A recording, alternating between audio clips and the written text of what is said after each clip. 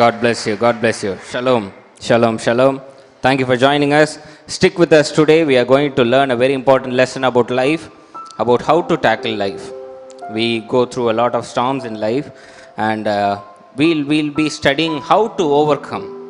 It is not about how God works. God surely works, but what we must do is the basic thing we must learn. So I want you to stick with me, learn this message, learn the technique and use it in your life. God bless you. கிறிஸ்துவுக்குள் பிரியமானவர்களை எடுத்துக்கொள்வோம். அப்போஸ்தலர் 27:13 முதல் 26. Acts chapter 27 13 to 26.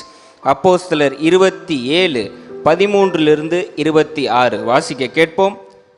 தென்றல் மெதுவாய் வாயெடுத்தபடியால் தாங்கள் கோரினது கைகூடி வந்தது என்று எண்ணி அவ்விடம் விட்டு பெயர்ந்து கிரேத்தா தீவுக்கு அருகாக ஓடினார்கள். கொஞ்ச நேரத்துக்குள்ளே யூரோகிலியோதோன் என்னும் கடும் காற்று அதில் மோதிற்று. கப்பல் அதில் அகப்பட்டு கொண்டு காற்றுக்கு எதிர்த்து போகக்கூடாதபடியினால் காற்றின் போக்கிலே கொண்டு போகப்பட்டோம். அப்படி கிளௌதா எண்ணப்பட்ட ஒரு சின்ன தீவின் ஒதுக்கிலே ஓடுகையில் வெகு வருத்தத்தோடே படவை வசப்படுத்தினோம். அதை அவர்கள் தூக்கி எடுத்த பின்பு பல உபாயங்கள் செய்து கப்பலை சுற்றி கட்டி சொறி மணலிலே விழுவோம் என்று பயந்து பாய்களை இறக்கி அவ்விதமாய் கொண்டு போகப்பட்டார்கள். மேலும் பெரும் காற்று மழையில் நாங்கள் மிகவும் அடிபட்டபடினால் மறுநாளில் சில சரக்குகளை கடலில் எறிந்தார்கள். 3ஆம் நாளிலே கப்பலின் தளவாடங்களை எங்கள் கைகளினாலே எடுத்து எறிந்தோம். அநேக நாளாய் சூரியனாவது நட்சத்திரங்களாவது காணப்படாமல் மிகுந்த பெருங்காற்று மழையும் அடித்து கொண்டிருந்தபடியினால் இனி தப்பி பிழைப்போம் என்னும் நம்பிக்கை முழுமையும் அற்று போயிற்று.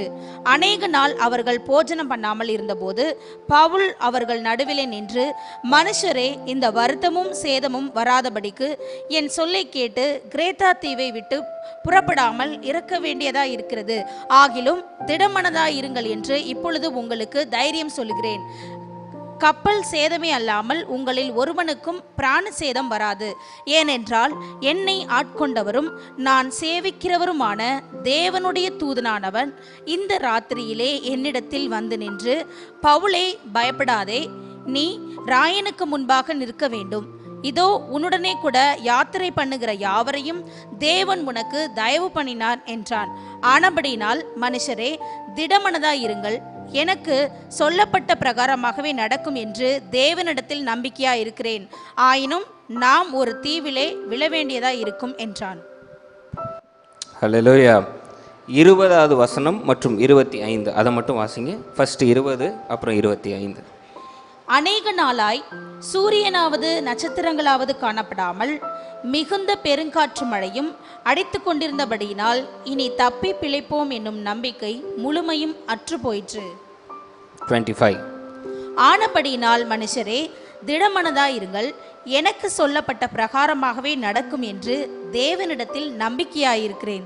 Verse 20 says, when neither sun nor stars appeared for many days and no small temps beat on us, all hope that we had would be saved was finally given up. 25th verse says, therefore take heart, men, for I believe God that it will be just as it was told me. இன்றைய செய்தியின் தலைப்பு, the author and finisher, துவக்குகிறவரும் முடிக்கிறவரும். Amen. The author and finisher, துவக்குகிறவரும் முடிக்கிறவரும். பக்கத்தில் பார்த்து சொல்லுங்க, துவக்குகிறவரும் முடிக்கிறவரும். The author and finisher. Amen. கைகளை வைங்க, நாம் ஜெபிப்போம். ஜீவனுள்ள அன்பின் தேவனே, நீர் தந்த வார்த்தைக்காக நன்றி செலுத்துகின்றோம். இந்த பாதையின் வழியாக கடந்து சென்று கற்றுக்கொள்ள வேண்டிய காரியங்களை கற்றுக்கொண்டு அதை சரியாக பயன்படுத்த நீர் உதவி செய்யும். எங்களோடு இருந்து வழி நடத்தும், பொறுப்பெடுத்துக் கொள்ளும், ஆசீர்வதியும். இயேசுவின் நாமத்தில் கேட்கிறேன் ஜீவனுள்ள நல்ல பிதாவே, ஆமேன். ஷலோம். ஷலோம் ஷலோம் ஷலோம். கொஞ்சம் சிரிச்ச முகத்தோட ஷலோம் சொல்லலாமே. Okay, God bless you, God bless you. கிறிஸ்துக்குள் பிரியமானவர்களே, பைபிள் எப்போவுமே ஒரு ஹிஸ்ட்ரி புக் அப்படின்னு சொல்கிறத விட, ஒரு ஹோலி புக்குன்னு சொல்கிறத விட, எனக்கு அதை மிஸ்டிக்கல் புக்குன்னு சொல்கிறது ரொம்ப பிடிக்கும். ஏன் மிஸ்டிசிசம் அப்படின்றாங்க அப்படின்னா, இப்போது திரைப்படங்கள் பாருங்கள், ஒரு கதை எடுத்தால் அதுக்கு ஒரு பெர்ஸ்பெக்டிவ் தான், ஒரு கண்ணோட்டம் தான். ஆனால் பைபிள் அப்படி கிடையாது. பைபிளை இன்றைக்கி படிச்சிங்கன்னா இன்றைக்கி என்ன தேவையான மன்னாவோ அதை தரும். 3 நாள் கழித்து படிச்சிங்கன்னா அந்த பிரச்சனைக்கு அதுக்கு தேவையான மன்னாவை தரும். Bible has got all the solution for all the problems at any times. That is the beauty of Bible. அதுதான் சிறப்பு அம்சம். பைபிளோட இன்னொரு சிறப்பம்சம் என்ன அப்படின்னா, வாசிக்கும் பொழுது நம்மளே அங்கே இருக்கிற மாதிரி தோண ஆரம்பிக்கும். அல்லேலூயா. ரெண்டாவது. மூணாவது, உவமைகளில் பேசப்பட்ட நிறைய காரியங்கள் வேதத்தில் இருக்கு. அப்படி உவமைகளில் பேசப்பட்ட காரியங்களை நம்ம கனெக்ட் பண்ணும் பொழுது அங்கே பார்த்தீங்க அப்படின்னா, இந்த காற்று அடிக்குது, காற்று பலமாய் அடிக்கிறது, பெரிய பெருவெள்ளம் தோன்றுகின்றது, இதெல்லாம் நம்மளுடைய பிரச்சனைகளை குறிக்கிறதுக்கான ஒரு வார்த்தைகள். அதை நீங்கள் வாசிக்கும் போது ரொம்ப நமக்கு கனெக்ட் ஆகும். ஸோ பைபிளை என்றைக்குமே வாசிக்கும் போது எப்படி வாசிக்கணும்? அங்கே ஒரு பவுல் போனார், கப்பல் இதானுச்சு, ஓகே ஆண்டவர் காப்பாற்றினார், அவ்வளோதான்றது கிடையாது. பைபிளுடைய சிறப்பம்சம் அது கிடையாது. பைபிள் வாசிக்கும் பொழுது நான் அங்கே இருந்தால் என்ன செஞ்சுருப்பேன், பவுல் ஏன் இப்படி செஞ்சார், அதை நம்ம வாழ்க்கையில் நம்ம பிரச்சனையில் செஞ்சால் செயல்படுமான்னு செயல்படுத்தி பார்க்குற ஒரு மேனுவல், யூசர் மேனுவல் தான் பைபிள். ஆமேன். இன்றைக்கி உங்கள் வாழ்க்கைக்கு நிறைய பிரச்சனை இருக்கிறவங்க ஆமான்னு ஒத்துக்கலாம். ஆமேன். இருக்குது. இளங்கனெல்லாம் கையை உயர்த்தி ஆமேன்றாரு. நிறைய பிரச்சனை இருக்குது. அதுக்கான சொல்யூஷன் எங்கே இருக்குது அப்படின்னா, சும்மா உட்காந்து ஜெபம் பண்ணுறதுனாலையோ திரும்ப திரும்ப சொல்கிறதுனாலேயோ எதுவுமே நடக்காது. இங்கே செய்யப்பட்ட காரியங்கள் இருக்குது பாருங்க. இன்றைக்கி எத்தனையோ பேர் வேதத்தில் இருக்காங்க, அவங்க செஞ்சதை உன்னிப்பாக கவனித்து நம்மளும் செஞ்சோம் அப்படின்னா அதற்கான விடையை நமக்கு கிடச்சிரும். அல்லேலூயா. உண்மையான சத்தியத்தை அறிஞ்சோம்னா சத்தியம் நம்மளை, அவ்வளோதான், சிம்பிள். ஆமேன். ஓகே, நம்ம இப்போ ஒரு பெரிய பகுதி ஒன்று வாசித்தோம் அப்போஸ்தலரில், ரொம்ப சூப்பரான பகுதி. இப்போ இந்த வாசித்த பகுதியிலேருந்து பார்த்தீங்க அப்படின்னா ஒரு பெரிய வெள்ளத்தில் மாட்டிக்கிறாங்க, ஆண்டவர் காப்பாற்றுறார், அதெல்லாம் இருக்குங்க. சரி, இதுலேருந்து என்ன கற்றுக்கணும் அப்படின்னா, பவுல் என்ன செஞ்சார், எப்படி அமைதியாக இருந்தார், எப்படி விசுவாசத்தை காத்து கொண்டார், நம்ம வாழ்க்கையில் இருக்கிற பிரச்சனை நடக்கும்போது எவ்வாறு காத்து கொள்ள வேண்டும் அப்படின்றத தான் நம்ம கற்றுக்க போகிறோம். அல்லேலூயா. ஆமேன். ஏன்னா இந்த ஹியூமன் பாடியோடைய கான்செப்டே அதுதான். ஃபர்ஸ்ட் இன்ஸ்டிங்க்டே fear followed by other all negative evidences. வேற ஒன்றுமே கிடையாது. இன்னைக்கு எடுத்த உடனே ஒரு அசம்பாவிதம் நடக்குதுன்னா முதல்ல நமக்கு வர்றது விசுவாசம் கிடையாது, பயம். பயத்தை கொஞ்சம் அதிகரிக்க விட்டோம் அப்படின்னா கெட்ட எண்ணங்கள், தவறான எண்ணங்கள் எல்லாமே நமக்கு தோண ஆரம்பிக்கும், அதிலே மூழ்கி போயிடுறோம். இன்னைக்கு எப்படி ஒரு அசம்பாவிதம் நடந்தும் தரிசித்து நடவாமல் விசுவாசித்து நடக்கணுன்றதை கற்றுக்க போகிறோம். அல்லேலூயா. ஆமேன். ஏன் ஒரு ஆமீன் வர மாட்டேங்குது? Yes, okay. பவுலுடைய சிறப்பு அம்சம், பவுல் ஒரு பியூட்டிஃபுல் கேரக்டர் பைபிளில். எத்தனை பேர் ஒத்துக்கிறீங்க? Yes, one of the most intellect person, பயங்கரமான ஆள். ஏன் நான் அப்படி சொல்கிறேன் அப்படின்னா, இயேசுநாதர் 3 வருஷம் பேசினதை, இயேசுநாதர் 3 வருஷம் என்னாலையும் செய்ய முடியுன்றதை நீங்களும் செய்யலாம், இப்படி செய்யலாம், அப்படி செய்யலாம், பேய்களை ஓட்டலாம், நீங்களும் அற்புதம் செய்யலான்னு சொன்னபடியே செஞ்சு பார்த்து எக்ஸ்பிரிமெண்ட் பண்ணி அதை அப்படியே 13 அத்தியாயமாக எழுதினவர் தான் பவுல், வேறு யாரும் கிடையாது. இயேசுநாதர் நிறைய உவமைகளை சொல்லிட்டு போயிட்டார், அது எல்லாத்தையும் டீகோட் பண்ணி எல்லாத்தையும் கரெக்டாக எழுதி எக்ஸ்பிரிமெண்ட் பண்ணி பார்த்த ஒரே ஆள் பவுல். அதனால தான் 13 அத்தியாயத்தில் சில விஷயங்கள்லாம் நமக்கு படித்தா புரியாது, தெரியுமா உங்களுக்கு? ரோமர் ஸ்டார்டிங்லாம் படிச்சிங்கன்னா ஒன்றுமே புரியாது. ஏன்னா அந்தளவுக்கு அவர் அதை புரிஞ்சு உண்மை அப்படியே புட்டு வச்சிருப்பார். அப்படிப்பட்ட ஆள் பவுல். இங்கே இப்போ பவுலை அரெஸ்ட் பண்ணிட்டாங்கங்க. ஸ்ட்ரைட்டாக நம்ம மேட்டருக்கு வந்துடும். பவுலை அரெஸ்ட் பண்ணிட்டாங்க. ஏன்னா போய் ஊழியம் செஞ்சுக்கிட்டே இருக்கார், ஒவ்வொரு இடமா போய் ஊழியம் செய்கிறார். போகிற இடத்துல இவர் பிரச்சனை என்ன அப்படின்னா, நின்று இயேசு நல்லவர்ன்ற சொல்கிறது மட்டும் பிரச்சனை இல்லை, அங்கே செஞ்சுக்கிட்டு இருக்க ஜோஷியம் அது எல்லாத்தையும் கெடுத்து விட்டுறாரு. அப்போ அவங்களுக்கு கோவம் வருமா வராதா? அவனுங்க பல வருஷமாக பிஸ்னஸ் நடத்திக்கிட்டு இருக்கான், அதை வச்சு இவங்க இந்த மாதிரி எல்லாத்தையும் மாற்றினோடனே அவங்களுக்கு கோவம் வருது. எங்கே மக்கள் உண்மை பக்கம் திரும்பிடுவாங்களோன்னு கோவம் வருது, வேற ஒன்றும் கிடையாது. அப்போ அரெஸ்ட் பண்ணி நேராக சீசர்கிட்ட அனுப்பிடணும்னு முடிவு பண்ணிட்டானுங்க. ரோமில் போய், நீ ரோமர் தானே, பவுல் ரோமர் தானே? ஆமாம், அந்த ஆட்சியில் இருந்தவங்க, அவங்களுக்கு ஜென்ரலாக வேலை செஞ்சவர் பவுல். அதனால் நீ போய் அங்கே நீ கணக்கு கொடு, நீ அங்கே உன்னை நான் அனுப்புகிறேன் அப்படின்னு சொல்லி கமிஷன் பண்ணிட்டானுங்க. இப்போது கப்பலில் ஏற்றி பவுலை அனுப்ப போகிறாங்க. கப்பலில் ஏற்றும் போதே பவுல் சொல்கிறாரு, வேண்டாம், எனக்கு ஏதோ ஒரு மாதிரி படுது, நம்ம போக வேண்டாம் அப்படின்னு சொல்கிறார். நம்ம சொல்கிறத உலகத்தில் உள்ளவங்க கேட்பாங்களா? கேட்க மாட்டாங்க.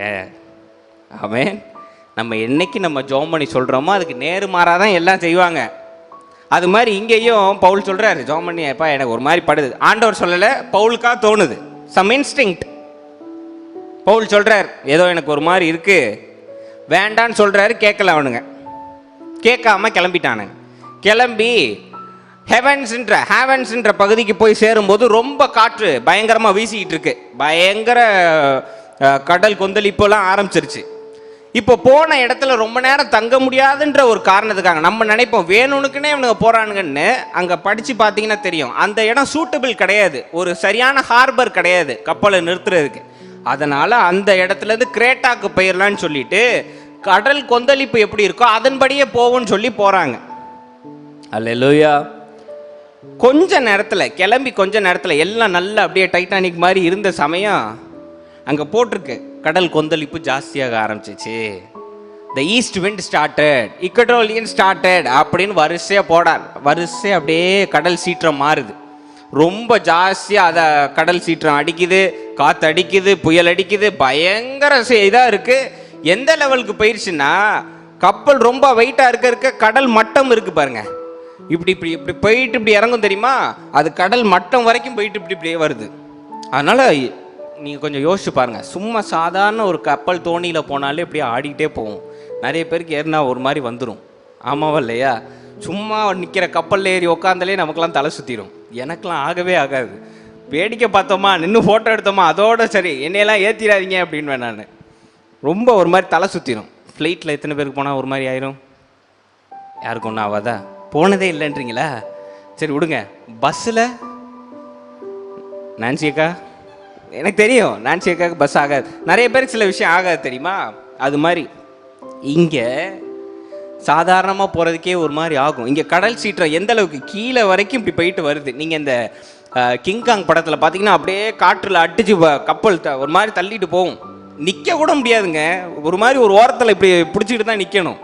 ரொம்ப அப்படியே அடிச்சு தள்ளிட்டு போகுது. இப்போ இதுலேருந்து கடல் மட்டத்துலேருந்து மேலே வர்றதுக்காக என்ன பண்ணுறாங்க அப்படின்னா, வச்சிருந்த சாப்பாடு வச்சிருந்த பொருள் எல்லாத்தையும் தூக்கி வெளியில் வீசுகிறாங்க. வெயிட்டை குறைச்சா தானே கப்பல் மேலே வரும், ஆமாவா இல்லையா? வெயிட்டை குறைச்சா தான் கப்பல் மேலே வரும். அதனால் என்ன தேவையான சோர்ஸோ அது எல்லாத்தையும் வெளியே போடுறாங்க. சாப்பாடு பொருட்கள் எல்லாத்தையும் போடுறாங்க. எல்லாத்தையும் போட்டதுக்கப்புறம் கப்பல் மேலே வந்ததுக்கப்புறமும் பிரச்சனை தொடர்ந்து நடந்துக்கிட்டே இருக்குது. இது எத்தனை நாளைக்கு நடக்குது அப்படின்னா, ஒரு நாள் 2 நாள் கிடையாது, ஸ்ட்ரெயிட் 14 days, 14 நாட்கள் கடல் சீற்றத்தில் மாட்டிக்கிட்டாங்க. அல்லேலூயா. இன்னைக்கு நமக்கு ஒரு பிரச்சனை ஒரு அரை மணி நேரம் வந்தாலே நம்மளால் தாங்க முடியல. ஒரு தலைவலி ஒரு அரை மணி நேரம் நம்மளால் தாங்க முடியல. ஹலோ, அதுக்குள்ளே நம்ம ஆண்டவர்கிட்ட அத்தனை கேள்வி கேட்டுடுறோம். உண்மை தானே துதிக்கிறேன், சண்டே சர்ச்சுக்கு கரெக்டாக வந்தேன்ல, அப்புறம் ஏன் சோதிக்கிறீங்க கேட்குறோமா இல்லையா? நம்ம இங்கே 14 நாட்கள் 14 straight days. கொஞ்சம் வாசிங்க நான்சி அக்கா, ஒரு 17-18 வாசிங்க பார்ப்போம். அதை அவர்கள் தூக்கி எடுத்த பின்பு சில உபாயங்கள் செய்து கப்பலை சுற்றி கட்டி சொறி மணலிலே விழுவோம் என்று பயந்து பாய்களை இறக்கி அவ்விதமாய் கொண்டு போகப்பட்டார்கள். மேலும் பெருங்காற்று மழையில் நாங்கள் மிகவும் அடிபட்டபடியினால் மறுநாளில் சில சரக்குகளை கடலில் எறிந்தார்கள். 3ஆம் நாளிலே கப்பலின் தளவாடங்களை எங்கள் கைகளினாலே எடுத்து எறிந்தோம். அநேக நாளாய் சூரியனாவது நட்சத்திரங்களாவது காணப்படாமல் மிகுந்த பெருங்காற்று மழையும் அடித்து கொண்டிருந்தபடியினால் இனி தப்பி பிழைப்போம் என்னும் நம்பிக்கை முழுமையும் அற்று போயிற்று. நல்ல கவனிக்கணும், பல நாட்கள் என்ன இல்லையா? சூரியனும் நட்சத்திரங்களும் இல்லை. கடல்ல சூரியனும் நட்சத்திரமும் இல்லைன்னா கடல் எவ்வாறு இருக்கும்னு கொஞ்சம் சிந்திச்சு பாருங்க. இருட்டுனா அது மாதிரி இருட்டை பார்க்கவே முடியாது வாழ்க்கையில். நீங்கள் யூடியூப்பில் போட்டுலாம் பார்த்துருக்கீங்களா? கப்பல் நடு கடலில் போகிற கப்பலில் எடுத்து போடுறாங்க வீடியோலாம், ரொம்ப கொடுமைக்கு. எங்கள் பெரியப்பா கப்பலில் இருந்ததுனால அவங்க சொல்லுவாங்க, நடு கடலில் கொண்டு போய் ஷிப்பை நிறுத்திடுவாங்க, அங்கே டியூட்டி அவங்களுக்கு. அப்படி கருகும்னு இருக்குமா, ஒன்றுமே கண்ணுக்கு தெரியாது அப்படின்னு சொல்லுவாப்புல. கொஞ்சம் யோசிச்சு பாருங்க. 14 straight days, no star, no sun, complete darkness. அல்லேலூயா, ஆமென். இதை வாசிக்கும் போது கிட்டத்தட்ட நம்ம வாழ்க்கையில் எதிர்பாராமல் ஒரு பிரச்சனையில் மாற்ற சம்பவங்கள் ஞாபகம் வருது, ஆமாவா இல்லையா?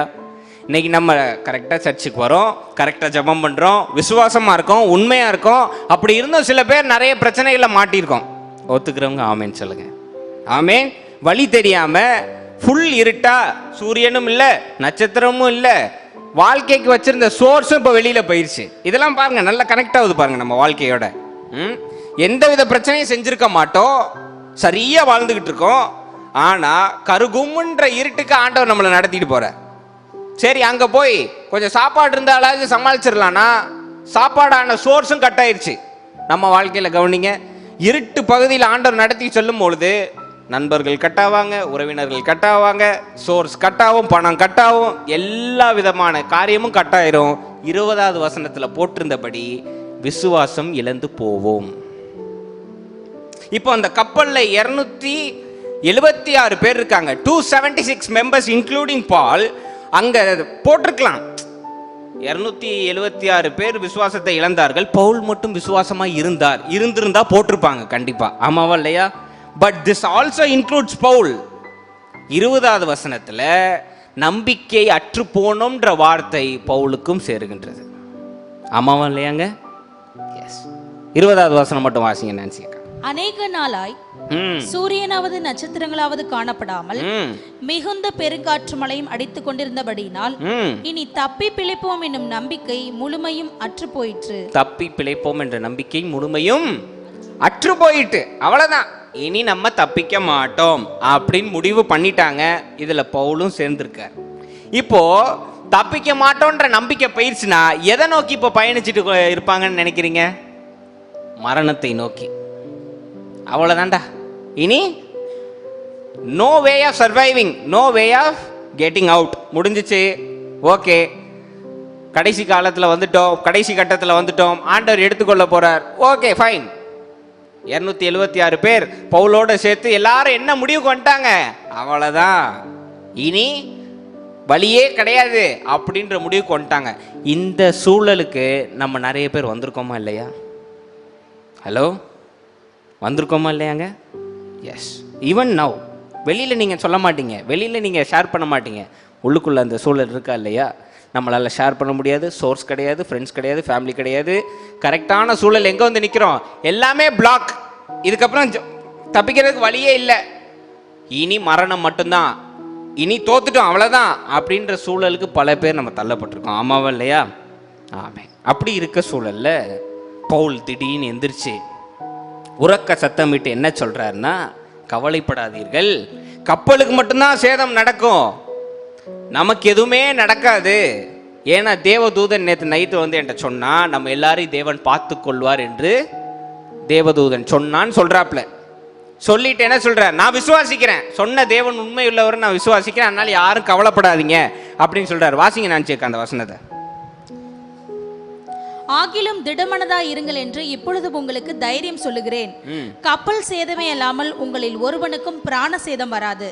ஏனென்றால் என்னை ஆட்கொண்டவரும் நான் சேவிக்கிறவருமான தேவனுடைய தூதனானவன் இந்த ராத்திரியிலே என்னிடத்தில் வந்து நின்று, பவுலே பயப்படாதே, நீ ராயனுக்கு முன்பாக நிற்க வேண்டும், இதோ உன்னுடனே கூட யாத்திரை பண்ணுகிற யாவரையும் தேவன் உனக்கு தயவு பண்ணினார் என்றான்.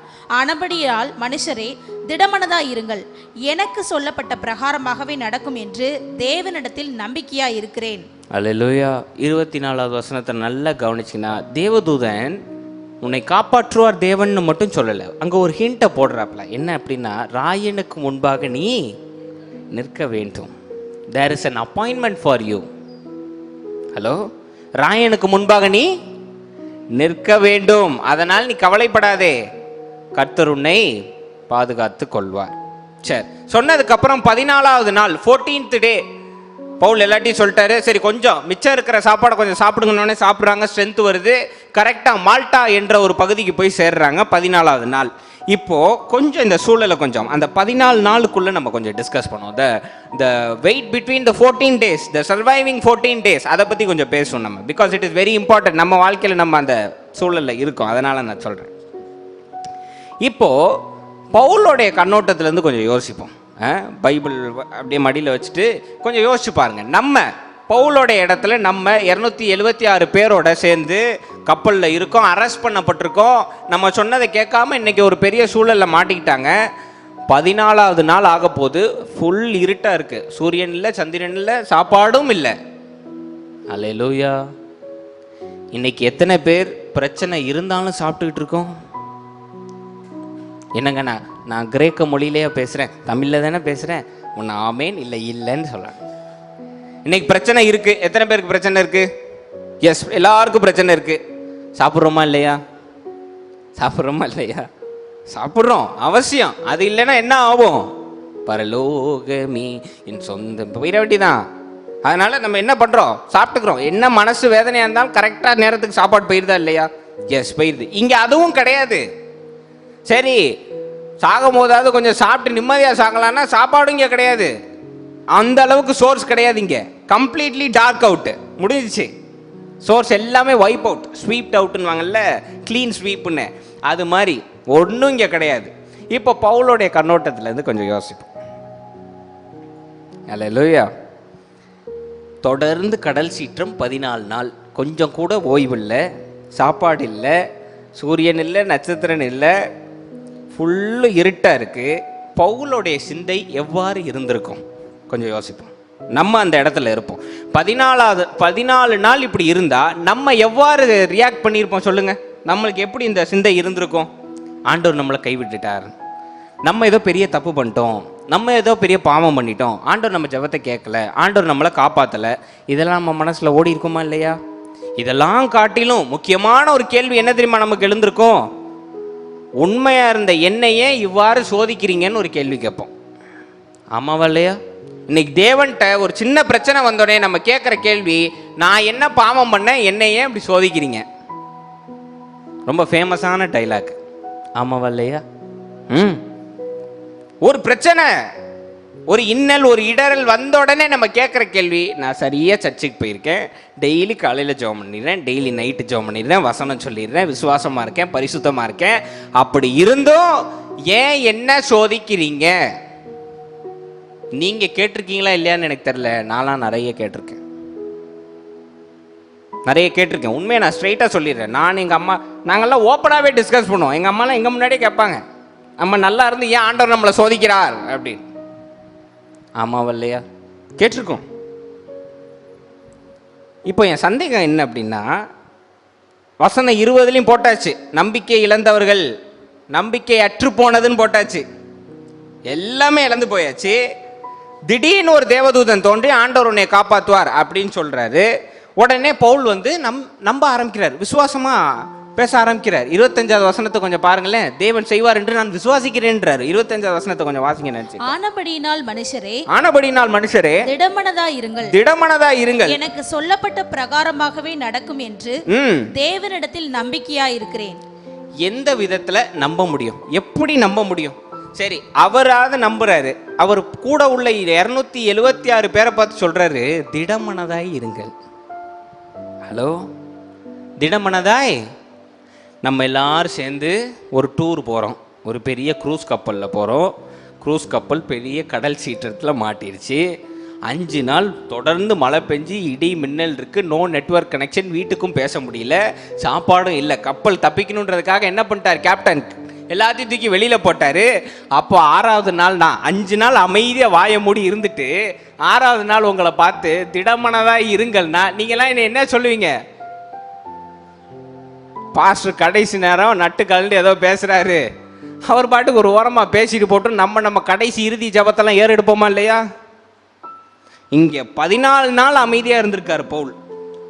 14 days complete silence. He didn't speak a word. ஜபம் கூட பண்ணலைங்க. அங்கே எங்கேயாவது வசனம் நீங்கள் பார்த்தீங்களா? பவுல் ஜெபித்தார், பவுல் உறக்கமாய் ஜபம் பண்ணினார், முழங்கால் படிட்டு ஜெபித்தார், அந்தரங்கத்தில் நின்று எதுவுமே இல்லை. திறப்பின் வாசல் ஜபம் ஏதாவது போட்டிருக்காங்க? இது ரொம்ப சின்சியராக பண்ணிட்டு இருக்காங்களே திறப்பின் வாசல் ஜபம், அங்கே எங்கேயாவது போட்டிருக்கான்னு பாருங்க. 14 நாள் பெரிய பிரச்சனை. அன்னைக்கு பண்ணியிருக்கணுமா இல்லையாங்க ஜபம்? திறப்பின் வாசல் ஜபம் பண்ணியிருக்கணும், முழங்கால் படிட்டு ஜெபிச்சிருக்கணும், செய்யலை. 14 நாள் கம்ப்ளீட் சைலன்ஸ். 14th day, ஒரு 13th night அவர் எந்திரிச்சு சொல்றாரு, don't worry, be still and know that I am God அப்படின்றார். சங்கீதம் 46 உள்ள வசனத்தை ஞாபகப்படுத்தி சொல்றாரு, திடமனதா இருங்கள், கர்த்தர் சொன்ன காரியத்தை செய்து முடிப்பார். இப்போ என் கேள்வி என்னன்னா, நம்ம பவுலுடைய சூழல்ல இருக்கோம். 14 நாள் தேவன் எதுவுமே பேசல. நம்ம எப்படி ரியாக்ட் பண்ணுவோம்? எப்படிங்க நம்பிக்கை வரும் சொல்லுங்க? இவ்வளோ கஷ்டத்துக்கு அப்புறம் தேவனை என்னை காப்பாற்றணுமான்னு ஒரு கேள்விக்கு வந்துருமா இல்லையா? இன்னைக்கு வாழ்க்கையில் நம்ம கேட்குற இன்னொரு முக்கியமான கேள்வி என்ன அப்படின்னா, இவ்வளோ கஷ்டத்துக்கு அப்புறம் தேவன் என்னை காப்பாற்றி என்னத்தை சாதிக்க போகிறோம்? ஆமாவா இல்லையா? கேள்வி நமக்கு எழுதா இல்லையா? அதாவது நம்மள்கிட்ட உள்ள எல்லாத்தையும் எடுத்தாச்சு, மானம் மரியாதை அது எல்லாத்தையும் உருவியாச்சு. அதுக்கப்புறம் தேவன் நான் இப்போ உன் தலையை உயர்த்துறேன்னா அது தேவையே இல்லையா ஆண்டவரே? அப்போ அந்த சூழலில் என்னை காப்பாற்றிருக்கலாமே, இங்கே வந்து தான் காப்பாற்றணும்னு என்ன அவசியன்ற கேள்வி நமக்கு இருக்கா இல்லையா? எனக்கெல்லாம் இருக்குது. எத்தனையோ சூழல் ஜோம் பண்ணி பதில் இல்லாமல் அமைதியாக இருந்திருக்கு. ஆனால் இன்னொரு நாள் உன்னை உயர்த்துவேன்னா இன்னைக்கு செய்யாமல் அன்னைக்கு செஞ்சு என்ன பிரயோஜனம்? கேட்டிருக்கோமா இல்லையங்க? தேவன் செய்யணும்னா என்னைக்கு செஞ்சிருக்கணும்? கப்பல் பெரிய கடல் சீற்றமானோடனே செஞ்சிருக்கணுமா இல்லையா? ஏன்னா பைபிள் அப்படி செஞ்சு காமிச்சிருக்கார். தான் சீஷர்கள் கஷ்டப்படுறத பார்த்தோன்னே தண்ணீர் மேல் நடந்து வந்தாரா இல்லையாங்க? வந்தார். வந்ததுக்கப்புறம் என்ன செஞ்சார்? கடலை பார்த்து என்ன சொன்னார்? அமைதியாக இருன்னு சொன்னார். சொன்ன உடனே நடந்துச்சா இல்லையா? இம்மீடியட்லி. அங்கே ஒரு வார்த்தையை நீங்கள் கவனிக்கணும். கடல் நடுவில் மாட்டியிருக்காங்க. கர்த்தர் அமைதியாக இருன்னு சொன்னதுக்கப்புறம் தி இம்மீடியட்லி ரீச் த ஷோர்னு ஒரு வார்த்தை இருக்குது. அதாவது அப்படின்றதுக்குள்ளேயும் தேவன் அங்கே கரையோரத்துக்கே கொண்டு போயிட்டார்னு ஒரு வசனம் அங்கே இருக்குது. ரெண்டாவது ஒரு முறை தூங்கிக்கிட்டு இருக்கார். எழுப்பி கடல் இப்படி ரொம்ப கொந்தளிக்கிறோடனே அப்பையும் சொல்கிறார் அமைதியாக இருன்னு சொன்ன எல்லாம் அமைதியாகிடுச்சு. இங்கே செஞ்சுருக்கலாமா இல்லையா?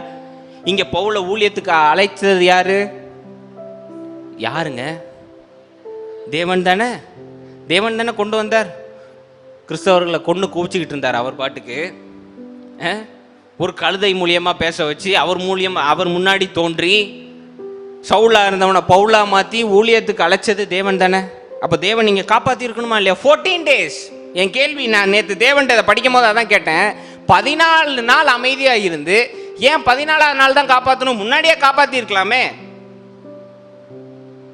there is no specific reason. 14ஆவது நாள் தான் காப்பாற்றணும்னு எந்த ஒரு நல்ல சகுனமும் இல்லையங்க. முன்னாடியே காப்பாற்றி இருக்கணுமே. ஏன்னா ஊழியத்துக்கு அழைத்தவர் உண்மை உள்ளவராக செஞ்சிருக்கணுமா இல்லையா? ஆமாவா இல்லையாங்க? இன்னைக்கு நம்ம எல்லாரையும் கிறிஸ்தவர்களாக மாற்றி இருக்கிறார், தேர்ந்தெடுத்திருக்கார். நம்ம அதை சொல்லும் போது பெருமையாக சொல்கிறோமா இல்லையா? தேர்ந்தெடுக்கப்பட்ட ஜனம். எங்க சொல்லுங்க, தேர்ந்தெடுக்கப்பட்ட ஜனம். இது வெளியில நம்ம சொல்றோம், உள்ளுக்குள்ள என்ன கேட்குறோம்? நான் சொல்றேன் தேர்ந்தெடுக்கப்பட்ட ஜனம்னு சொல்றீங்க, அப்புறம் ஏன் போட்டு பெரட்டி எடுக்கிறீங்க ஆண்டவரே? You know grill chicken, tandoori chicken, Alfaham chicken, அது மாதிரி ஏன் ட்விஸ்ட் அண்ட் டர்ன்? அதான் உண்மையே தெரிஞ்சுக்கிட்டோம். என் கேள்வி சிம்பிளுங்க, நல்லா புரிஞ்சுக்கோங்க. ஆர்சியில இருந்தோம், ஹிந்துல இருந்தோம், ஏதோ அங்கங்க கஷ்டம் இருந்தது, சமாளிச்சிட்டோம். ஆமாவா இல்லையா?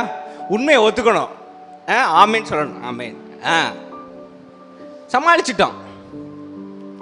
அப்போ அவரே ஆளை அனுப்பி இதெல்லாம் உண்மை இல்லைப்பா, இதுதான்ப்பா சத்தியம் அப்படின்னு நம்ம என்ன பண்ணோம்? சத்தியம் இதுதான் அப்படின்னு முழுசா ஏத்துக்கிட்டு ஞானஸ்தானம் பெற்று பேரையும் மாத்தணும். அப்போ உள்ள நுழையும் போதே என்ன சொன்னார்? உலகமே அழிந்து போனாலும் நான் உன் கூடயே இருப்பேன்னு நம்பிக்கை கொடுத்தாரா இல்லையா? நீ யுத்தம் பண்ணவே வேண்டாம், நானே பார்த்துக்கிறேன்னு சொன்னாரா இல்லையா? சொன்னாரா இல்லையா? சொன்னார். இதெல்லாம் சொன்னார். நம்ம அதை நம்பிதான் இனி கஷ்டமே கிடையாது, இயேசுநாதருக்குள்ள வந்துட்டோம்ல, சந்தோஷமா இருப்புன்னு ஏத்துக்கிட்டோம். இனி கவலை, உலக கவலைகளே வேண்டாம் அப்படின்னு ஏத்துக்கிட்டா அங்கேயாவது 1-2 பிரச்சனை தான் இருந்தது. இங்க ஒரு நாளைக்கே 1000 பிரச்சனை இருக்கு. அப்பையும் தேவன் சொல்றார், உன் கவலையெல்லாம் என்மேல் வைத்து விடு அப்படின்றார். இப்போ அப்படிப்பட்ட ஒரு கேள்விக்கு நான் என்ன கேட்கிறேன்? ஆண்டவரே, நீங்க சிலுவையை சுமந்துட்டு மேலே போய் உக்காந்துட்டீங்க, கீழே அனுபவிக்கிறது நான் தானேன்னு மனசுக்குள்ள ஒரு கேள்வி நமக்கு இருக்கா இல்லையா? டெய்லி ஆண்டவரை எல்லாருக்கும் பதில் சொல்ல வேண்டியது இருக்கே. நான் நேற்று கேட்டேன், 14 நாள் அமைதியா ஏன் ஆண்டவர் இருந்தீங்க? 14 days ஒரு காரணமும் இல்லையே. ஏதாவது நல்ல நேரம் அப்படின்னா பரவாயில்ல, ஓகே, சரி, ஆண்டவர் ஏதோ நல்ல ஒரு நேரத்தில் காப்பாற்றினார். இல்லை முன்னாடியே தீர்க்க தரிசனம் முறைச்சிருந்தாருன்னு வைங்க, நீ கஷ்டப்படுவ, ஆனால் 14ஆவது நாள் உன்னை நான் காப்பாற்றுவேன். பவுலுக்கு எங்கேயாவது சொல்லியிருக்காராங்க? கிடையாது, அப்படி எங்கேயும் சொல்லலை. 14 days அமைதியாக இருக்கார் ஆண்டவர். அப்போ யோசிச்சு பாருங்க, பவுலோடைய எண்ணம் எவ்வாறு இருந்திருக்கும்? நம்பிக்கையற்று போயிட்டு தேவனுக்குன்னு இறங்கி உண்மையா விசுவாசமா ஊழியம் செஞ்ச பாவத்தெல்லாம் கழுவி சுத்திகரித்துட்டு எத்தனை பேரை கொண்டாரோ, அதுக்கு மேல கிறிஸ்தவர்களை மாத்தி தேவன் பக்கம் கொண்டு வந்தாரா இல்லையா? பவுல் கொண்டு வந்தாரா இல்லையாங்க? அப்படிப்பட்ட பவுலுக்கு நம்பிக்கை அற்று போயிடுச்சுங்க. இன்னைக்கு வாழ்க்கையில் பல நேரம் நமக்கு நம்பிக்கை அற்று போயிருதா இல்லையா? பல சூழல்களில் நம்ம வாழ்க்கையை கொஞ்சம் அப்படியே கொஞ்சம் விஷுவலைஸ் பண்ணி பாருங்கள், கொஞ்சம் சிந்திச்சு பாருங்கள். சொன்னபடியே அப்படியே கடல் சீற்றம், பிரச்சனைகள் ஜாஸ்தி இருக்குது, ஃபுல்லும் இருட்டாக இருக்குது, எந்த சோர்ஸும் இல்லை நம்மளை காப்பாற்ற. நம்பிக்கையே அற்று போயிடுது. வெளியிலையும் சூழல் நல்லா இல்லை, வெளியில் உள்ள சூழலை பார்த்து உள்ளேயும் மனசு நோக்குது. நம்பிக்கை அற்று போகுது. தேவன் மேலே உள்ள நம்பிக்கை அற்று போயிடுது. அற்று போயிருக்கிற சமயம் தேவன்கிட்ட நான் நேற்று கேட்டேன், 14 நாள் நீங்கள் ஒன்றும் செய்யலை, அப்புறம் என்ன ஆண்டவரே இதில் அற்புதம்னு சொன்ன போது தேவன் சொன்னார், இந்த 14 நாளில் என்னைக்காவது ஒரு நாள் அவங்க இறந்து போயிருக்கலாம். ஆமாவா இல்லையா? கடல் சீற்றம் மோசமாக இருக்குல்ல, செத்து இருக்கலாமா இல்லையா? கப்பல் முழுசும் மூழ்கிருச்சுன்னா குறை சொல்ல முடியாது நம்ம. கடல் சீற்றம் அப்படி. தேவன் சொன்னார், ஏதோ ஒன்று காப்பாற்றிக்கிட்டு இருந்ததே, அது யார் அப்படின்னு கேட்டார். நான் சொன்னேன், ஆண்டவரே நீங்கள் இப்போ கடைசி நிமிஷம் வந்து நீங்கள் தான் காப்பாற்றினீங்கன்னு இந்த சும்மாலாம் சொல்லக்கூடாது. எப்படி நீங்கள் காப்பாற்றினீங்க? 14 நாள் எதுவுமே செய்யலை. நான் அதை தான் திரும்ப திரும்ப கேட்டேன். 14 நாள் எதுவுமே செய்யலைன்னு தேவன் எனக்கு திரும்ப நினைவுபடுத்தினார். 14 நாள் சாப்பாடு இல்லை, 14 நாள் சந்திரனும் நட்சத்திரங்களும் இல்லை, 14 நாள் எந்த ஒரு சோர்ஸும் கிடையாது, 14 நாள் தூக்கம் கிடையாது, 14 நாள் எந்த ஒரு ரெஸ்ட்டும் கிடையாது. ஆனால் 14 நாளுக்கு அப்புறமும் உயிரோடு இருந்தாங்களா இல்லையான்னு கேட்டார். நான் சொன்னேன், ஆமாம் ஆண்டவரே, கரெக்ட், நான் ஒத்துக்கிறேன். அப்போ தேவன் சொன்னார், நான் தான் காப்பாற்றினேன் அப்படின்னு சொன்னார். அப்போ எனக்கு ஒரு சந்தேகம், 14 நாள் அமைதியாக எதுவுமே செய்யலை, நம்ம கண்ணுக்கு எதுவுமே இங்கே தெரியலையேங்க, தேவன் காப்பாற்றின மாதிரி எதுவுமே நமக்கு தெரியல. அதனால் நான் திரும்ப தேவன்கிட்ட கேட்டேன், எவ்வாறு காப்பாற்றினீர்னு போது தேவன் சொன்னார், பிலிப்பியர் 1:5 படி 24வது வசனத்தில் தேவதூதன் போய் சொல்லுவான் இல்லையா, நீ யார் முன்னாடி வந்து நிற்கணும், ராயன் முன்னாடி நீ வந்து நிற்கணும் அப்படின்னு உனக்கு ஒரு முன்னோக்கத்தை வைத்திருக்கிறேன். அந்த ராயன் முன்னாடி என் சத்தியத்தை அறிவிக்க வேண்டும் என்பதை ஒரு முன்னோக்கமாக வைத்திருக்கிறேன். அதனால பிலிப்பியர் 1:5 படி உங்களில் நற்கிரியையை தொடங்கினவர் அதை நிச்சயம் முடித்து வைப்பார், அதனால் நான் காப்பாற்றினேன்னு தேவன் சொன்னார். அல்லேலூயா. இதில் சப்ஜெக்ட் என்ன அப்படின்னா நல்லா கவனிச்சுக்கோங்க. இன்னைக்கு சோர்ஸ் இல்லாமல் வாழ்க்கையில் பிரச்சனை, முழு இருட்டில் மாட்டிகிட்டு இருக்க நமக்கு நம்ம ஒரு கேள்வி கேட்போம், ஆண்டவரே இனி நான் வாழ்ந்து என்ன பிரயோஜனம், இனி என்கிட்ட எதுவுமே இல்லையே, இனி தோல்வி மட்டும்தான் நினைக்கிற உங்களுக்கு தேவன் சொல்கிறார், உங்களில் தொடர்ந்த நல்ல காரியத்தை தேவன் நிச்சயம் முடித்து வைப்பார், அது வரைக்கும் நீங்கள் இருப்பீங்கன்னு தேவன் சொன்னார். அல்லேலூயா, ஆமேன். அப்போ தான் எனக்கு புரிஞ்சுது, 14 நாள் சாப்பாடு இல்லைங்க, ஒத்துக்கிறேன். Natural source, no support, no nothing. ஆனால் he was still alive. உயிரோடு இருந்தாரா இல்லையாங்க? பக்கத்தில் பார்த்து சொல்லுங்கள், சிஸ்டர் நீங்கள் உயிரோடு இருக்கீங்கன்னா தேவன் இன்னும் உங்களுக்கு ஒரு நோக்கம் வச்சுருக்காருன்னு சொல்லுங்கள். அல்லேலூயா. தேவன் உங்களை கொண்டு செய்ய வேண்டிய காரியம் இன்னும் பாக்கி இருக்கிறதுன்னு சொல்லுங்கள். அல்லேலூயா, ஆமேன். இன்னும் பாக்கி இருக்கிறதுனால தான் இன்னைக்கு நீங்களும் நான் இங்கே அமர்ந்து பேசிக்கிட்டு இருக்கோம் தேவனை பற்றி. அல்லேலூயா. இங்கே இந்த ட்ராவல் எடுத்து பார்த்தீங்க அப்படின்னா, நேராக ஒரு இடத்துல இருந்து நேராக இட்டாலி தான் போகிறாங்க. இடையில எந்த இதுவுமே கிடையாது, ஸ்ட்ரைட்டாக அங்கேருந்து இங்கே டைரக்ட் ஃப்ளைட்டு, நோ டிரான்சிஷன் இடையில. புரியுதா உங்களுக்கு? டிரான்சிட்டே கிடையாது, நேராக போகிறாங்க. ஆனால் கப்பலில் ஏறும் போது என்ன நினச்சி இன்றைக்கி நம்மலாம் ஏறுறோம், இன்றைக்கி ஜெபம் பண்ணிட்டோம், நேராக நம்ம இலக்கை போய் அடைய போகிறோம் அப்படின்னும் போது எப்போவுமே வாழ்க்கையில் ஒரு பிரச்சனை வருதா இல்லையா? வருதா இல்லையாங்க? ஒரு பாதை எப்படி சுற்றி தான் நம்ம இலக்குக்கு போய் அடைகிறோம். நான் இப்போ கேட்டேன், ஏன் ஆண்டவரே, it was a direct connection there, நேராக இட்டாலிக்கு போயிருந்தால் எந்த பிரச்சனையும் இல்லை அப்படின்னு நம்ம தேவன் சொன்னார். மால்டா பகுதியில் தேவனை நோக்கி கூப்பிட்டவர்கள் சில பேர் இருந்தாங்க, அவங்களையும் நான் சந்திக்கணும் இல்லையா? இன்னைக்கு நீ போகிற பாதையில் பல பேரை ரட்சிக்க வேண்டியது உன் கடமை, அதை நீ செஞ்சுட்டு தான் போகணும்னு தேவன் சொன்னார். ஆமே. நம்ம இன்னைக்கு நினைக்கிறோம் நம்ம படுற கஷ்டம் நமக்கு மட்டும்தான் அப்படின்னு. நம்ம கஷ்டத்தில் பல பேருக்கு சில நன்மைகள் இருக்கு. ஆமே. அல்லேலூயா. நம்ம போகிற பாதை வந்து நம்ம பார்த்தீங்கன்னா, ஆண்டவரே என்ன ஆண்டவரே ரொம்ப இரிட்டேட்டிங்காக இருக்குது. இளங்கொண்ணே என்கிட்ட அடிக்கடி ஷேர் பண்ணுவார். எங்களுக்கு நாங்கள் 2 பேரும் நிறைய ஷேர் பண்ணிக்குவோம். அப்போ சொல்லுவார், நமக்கே 1000 பிரச்சனை இருக்கும், ஆனால் அந்நேரம் பார்க்க நமக்கு விருப்பமே இல்லாத ஒரு சவாரி இளங்கண்ணனுக்கு வந்துடும், போயிடுவார். சொல்லுவார், தம்பி போன இடத்துல தேவனை பற்றி பேசுகிறதுக்கோ தேவனை பற்றி சொல்கிறதுக்கோ எனக்கு ஒரு வாய்ப்பு கிடச்சிச்சு அப்படின்னு சொல்லுவார். அல்லேலூயா. நமக்கு விருப்பம் இல்லைனாலும் அந்த சூழலில் நம்மளை தேவன் சாட்சியாக நிறுத்துறாரா இல்லையாங்க? நிறுத்துறாரா இல்லையா?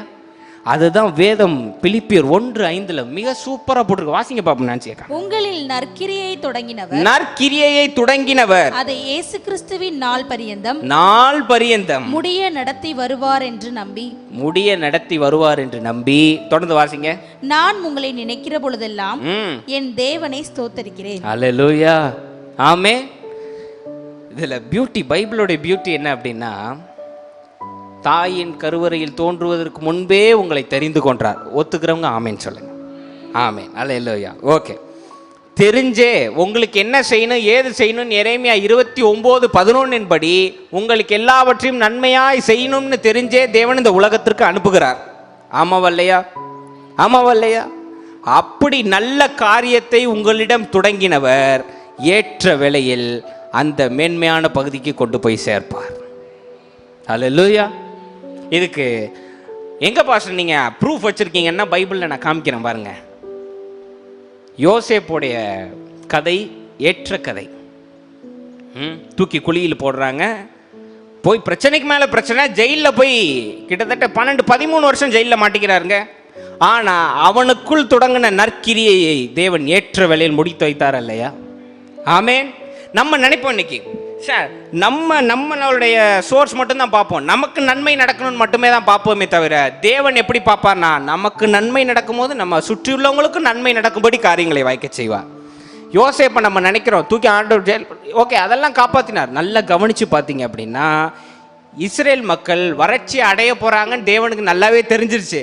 அதனால் முன்னாடியே யோசேப்பு அங்கே அனுப்பி ஏற்ற வேளையில் ராஜாவாக்கி இவங்களுக்கு வறட்சி வரும்போது அவங்கள உள்ளே கொண்டு வந்து எல்லாருக்கும் சாப்பாடை கொடுத்தாரா இல்லையா? தேவன் செஞ்சாரா இல்லையாங்க? அது போல தான் இன்னைக்கு நம்ம வாழ்க்கையில் இன்னைக்கு இந்த கஷ்டமான சூழல் ஒன்று வரும்பொழுது நம்மளை டக்குன்னு பயமூத்தி ரொம்ப அப்படியே படபடக்க வைக்கிறது வந்து நம்முடைய மாம்சம். நம்ம மாம்சத்திட்ட இன்னைக்கு உங்களுக்கு சொல்லுங்க, மாம்சத்தை இப்படி தட்டி சொல்லுங்க, உன்னிடத்தில் தேவன் ஆரம்பித்த நற்கிரியையை நிச்சயம் முடித்து வைப்பார். சொல்லுங்க, உங்களுக்கே சொல்ல முடியல, பக்கத்தில் பார்த்து சொல்லுங்க, உங்களை வச்சு தேவன் ஆரம்பித்த நற்கிரியையை நிச்சயம் முடித்து வைப்பார். அல்லேலூயா. ஆமென். ஓகே, இதெல்லாம் எனக்கு ஓகே ஓகே ஆண்டவரே சூப்பர், காட் பிளஸ், சூப்பர் ஆண்டவரே, நீ ஆரம்பித்தீர் நீ முடித்து வை, ஓகே ஃபைன், அதெல்லாம் ஓகே. எனக்கு 25வது வசனம் மட்டும்தான் எனக்கு 14 நாள் நம்பிக்கையற்று போய் இருந்த பவுல் 25வது வசனத்தில் நம்பிக்கை மீண்டும் பிறக்கின்றது. அந்த 25 கொஞ்சம் வாசிங்க. ஆனபடியினால் மனுஷரே, அவர் பவுல் வந்து சொல்றாரு, தான் மட்டும் நம்பிக்கை அடையாம பக்கத்தில் உள்ள எல்லாத்தையும் என்ன சொல்றாருன்னு பாருங்க. திடமனதா இருங்கள், எனக்கு சொல்லப்பட்ட பிரகாரமாகவே நடக்கும் என்று தேவனிடத்தில் நம்பிக்கையா இருக்கிறேன். நான் கேட்டேன் ஆண்டவர்கிட்ட, ஆண்டவரே 14 நாள் விசுவாசம் இல்லாம ஒருத்தர் இருக்கார், 14வது நாள் தான் மட்டும் விசுவாசமா எந்திரிக்காம கூட உள்ள 276 பேட்டையும் பார்த்து சொல்றார், திடமனதா இருங்கள், கர்த்தர் சொன்ன காரியத்தை முடித்து வைப்பார்னு சொல்றாரு. எங்கிருந்து இந்த விசுவாசம் வந்தது? நம்ம தேவன் சொன்னார், எபிரேயர் 12:1 படி நானே விசுவாசத்தை துவக்குகிறவரும் முடிக்கிறவருமாய் இருக்கிறேன் என்று சொன்னார். அல்லேலூயா. ஆமென். இன்னைக்கு நம்மளுடைய விசுவாசத்தை துவக்குகிறவரும் தேவன்தான், ஏற்ற வேளையில் முடிக்கிறவரும் தேவன்தான். ஆமென். இதுக்கு ஏற்றபடி ஒரு வசனம் இருக்கு பாருங்க, ஒருவரும் பூட்டக்கூடாதபடி திறக்கிறவரும் ஒருவரும் திறக்கக்கூடாதபடி பூட்டுகிறவருமாய் அவர் இருக்கின்றார். இன்னைக்கு எல்லா சோர்ஸும் நமக்கு இல்லைனாலும் நமக்கு விசுவாசம் இருக்குன்னா அது நமக்கான பெருமை கிடையாது, தேவன் அந்த விசுவாசம் என்னும் விதையை நமக்குள் விதைத்திருக்கிறார். அல்லேலூயா. அதை நீங்க தைரியமா பிடிச்சுக்கோங்க. ஆமென். இன்னைக்கு பெரிய ஒரு கடல் சீற்றம், நிறுத்தவே முடியாத ஒரு கடல் சீற்றம் வருது அப்படின்னா கொஞ்சம் கூட நீங்க கலக்கமே படாதீங்க. எனக்கு இன்னொரு ஒரு சந்தேகங்க, கடைசியா ஒரு சந்தேகம். 14 days நோ பிரேயர். அதாவது எதுக்கு எடுத்தாலும் ஜெபம் பண்ற பவுல் ஜெபம் பண்ணவே இல்லை. பவுல் தான் எழுதியிருக்கார், எதை எடுத்தாலும் என்ன சொல்லி ஜெபம் பண்ணுமா? நன்றியுடன் சோத்திரத்தோடு ஜெபத்தை ஏறெடுக்க வேண்டும், இடைவிடாமல் ஜெபம் பண்ணுங்கள் எழுதினது யாரு? பவுல். 14 நாள் ஜெபம் பண்ணியிருக்கணுமா இல்லையா? 14 நாள் ஒண்ணுமே பண்ணல, அமைதியா இருக்கார். இந்த அமைதிக்கான காரணம் என்ன தெரியுமா? சங்கீதம் 46:10 வசனம் வாசிக்க பார்ப்போம். சங்கீதம் 46:10 வசனம். நீங்கள் அமர்ந்திருந்து நானே தேவன் என்று அறிந்து கொள்ளுங்கள். நானே தேவன் என்று அறிந்து கொள்ளுங்கள். ஜாதிகளுக்குள்ளே உயர்ந்திருப்பேன், பூமியிலே உயர்ந்திருப்பேன். அல்லேலூயா. பவுலுக்கு ஒரே ஒரு உண்மை மட்டும் நல்லா தெரிஞ்சிருக்குங்க. என்னன்னா, பீ ஸ்டில், அமர்ந்திருந்து தேவன் யார் என்பதை அறிந்து கொள்ளுங்க. இன்னைக்கு நம்ம பிரச்சனையில செய்ய வேண்டிய ஒரே ஒரு காரியம் என்னன்னா, படபடன் ஒரு மாதிரி வந்து வார்த்தைகளை ஜாஸ்தி பேசி பிரச்சனையை இன்னும் காம்ப்ளிகேட் பண்ணாம செய்ய வேண்டிய ஒரே காரியம் அமைதியாக இருந்து அமர்ந்திருந்து உங்கள் தேவன் யார் என்று நினைவு வைத்துக் கொள்ளுங்கள். அல்லேலூயா. ஆமென். நம்ம எல்லாரும் இப்போ அந்த சூழல்ல இருக்கோம். பயங்கர கடல் சீற்றமாக இருக்குது. 14 நாளாவது ஜெபம் பண்ணல, சாப்பாடு இல்லை, வாயை திறந்து ஜெபிக்கவும் முடியல, ஸ்ட்ரென்த் இல்லை பாடியில். ஆனால் ஆத்மா தேவனை பற்றி நினைக்க வேண்டும். அந்த அளவுக்கு டியூன் பண்ணுங்க. அல்லேலூயா. எனக்கு ஒரு கற்பனை, பவுலுக்கு என்ன மாதிரி எண்ணம் தோன்றியிருக்கணும்னு. ஏன்னா 46:10 படி அவர் அமைதியாக இருந்துட்டாருங்க. தேவன் யார் என்பதை அவர் நினைவுபடுத்தி கொண்டார். தேவன் யாருங்க? இதே கடல் சீற்றத்தை அமைதிப்படுத்தினவர் தான் அவர் வணங்குகின்ற தேவன். அல்லேலூயா. ஆமென். நீங்க என்ன தெரியுமா செய்யணும்? இனி பிரச்சனை வந்தா அமைதியாக இருந்து இதை காட்டிலும் பெரிய காரியங்களை செய்பவர் நான் வணங்கும் தேவன். அதனால இந்த பிரச்சனையை கண்டு நான் பயப்பட மாட்டேன். என் தேவன் எவ்வளோ பெரியவர் தான் நான் பாடுவேன்னு நீங்க சந்தோஷமா தைரியமா இருக்கணும் பிரச்சனை. அல்லேலூயா. ஆமென். இன்னைக்கு உலகம் அப்படி ஆயிடுச்சு. யாரையும் நம்ம குறை சொல்ல முடியாது. நம்ம மாம்சத்தை நம்ம ட்ரெயின் பண்ண வேண்டிய கட்டாயத்தில் நம்ம இருக்கோம். இன்னைக்கு ஒரு பிரச்சனை வந்த உடனே நமக்கு என்ன வரிசையா லைன் அப் ஆகுதுன்னு பார்த்தீங்கன்னா, fear, anxiety, depression, negative thoughts எல்லாம் வரிசையா அப்படியே லைன் அப் ஆயிடுது. நம்ம அதுக்குள்ள அப்படியே மூழ்கி போயிடுறோம். ஒரு காரியம் நல்லா யோசிச்சு பாருங்களேன். ஒரு பிரச்சனையை திரும்ப திரும்ப பேசுறதுனால எத்தனை பேருக்கு இன்னைக்கு தீர்வு கிடைச்சிருக்கு? நோபடி. பிரச்சனையை பேச பேச துக்கம் அதிகரிக்கும், அழுகை வரும், சோகம் அதிகரிக்கும், நம்மளை அப்படியே கீழே கொண்டு போயிடும். ஆனால் பிரச்சனையின் சமயம் என்ன பாஸ்டர் பண்ணணும்னா 46:10 படி அமைதியாக இருந்து தேவன் யார் என்பதை தெரிந்து கொள்ளுங்கள். அல்லேலூயா. தேவன் யார் என்பதை நன்று தெரிந்து கொள்ளுங்கள். ரெண்டாவது, தேவன் எங்கு இருக்கிறான்றதை தெரிந்து கொள்ளுங்கள். ஆமென். 2 வாரத்துக்கு முன்னாடி தான் நம்ம பேசணும். தேவன் எங்கு இருக்கிறார்? நமக்குள், இந்த ஆலயத்திற்குள் அமர்ந்திருக்கின்றார். ஆமென்.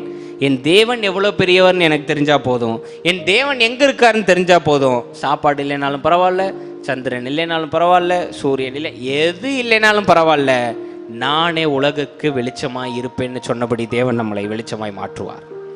அல்லேலூயா. ஆமென். அதே போல ரொம்ப எக்ஸ்ட்ரீம் ப்ரெஷர், ஓவர்வெல்ம் ஆயிருந்துச்சு, ரொம்ப பிரச்சனை ஜாஸ்தியாக போயிடுச்சுன்னா நீங்கள் செய்ய வேண்டிய ஒரே காரியம், உங்கள் மாம்சத்துக்கு ஞாபகப்படுத்துங்க. என்னன்னா, உன்னிடத்தில் நல்ல காரியத்தை தொடங்கின தேவன் நிச்சயம் அதை முடித்து வைப்பார். ஆமென். இன்னைக்கு நீங்க மறக்க கூடாத ஒரு வசனம் அது பிலிப்பியர் 1:5 ஞாபகம் வச்சுக்கோங்க. எப்போ பிரச்சனை வந்தாலும் அவ்வளவுதான் ஃபெயிலியர் அப்படின்னு நீங்க நினைச்சீங்கன்னா உயிரோட இருக்கீங்களான்னு செக் பண்ணுங்க. ஆமென். உயிரோட இருக்கீங்களான்னு செக் பண்ணுங்க. உயிரோட இருந்தீங்கன்னா தேவனுடைய நோக்கம் இன்னும் முடியவில்லை, இன்னும் மேன்மையான இடத்திற்கு என்னை வைத்திருக்கிறான்னு ஞாபகம் வச்சுக்கோங்க. அல்லேலூயா.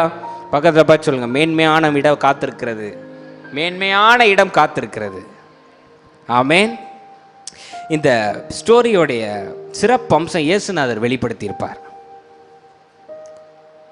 தான் உலகத்தை காட்க வந்த மீட்பர், இரட்சகர், ரொம்ப பியூட்டிஃபுல்லான ஒரு பர்சன் இயேசுநாதர். எத்தனை பேர் ஒத்துக்கிறீங்க?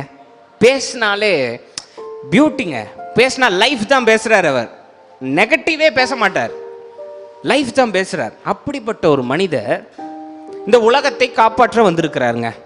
எப்படி வேணாலும் ஒரு சொடக்கு போட்டு காப்பாற்றிருக்கலாம், ஒரு வார்த்தை பேசி காப்பாற்றிருக்கலாம். அவர் அடைய வேண்டிய இலக்கு என்ன? மக்களை பாவத்திலிருந்து விடுதலை செய்ய வேண்டும்.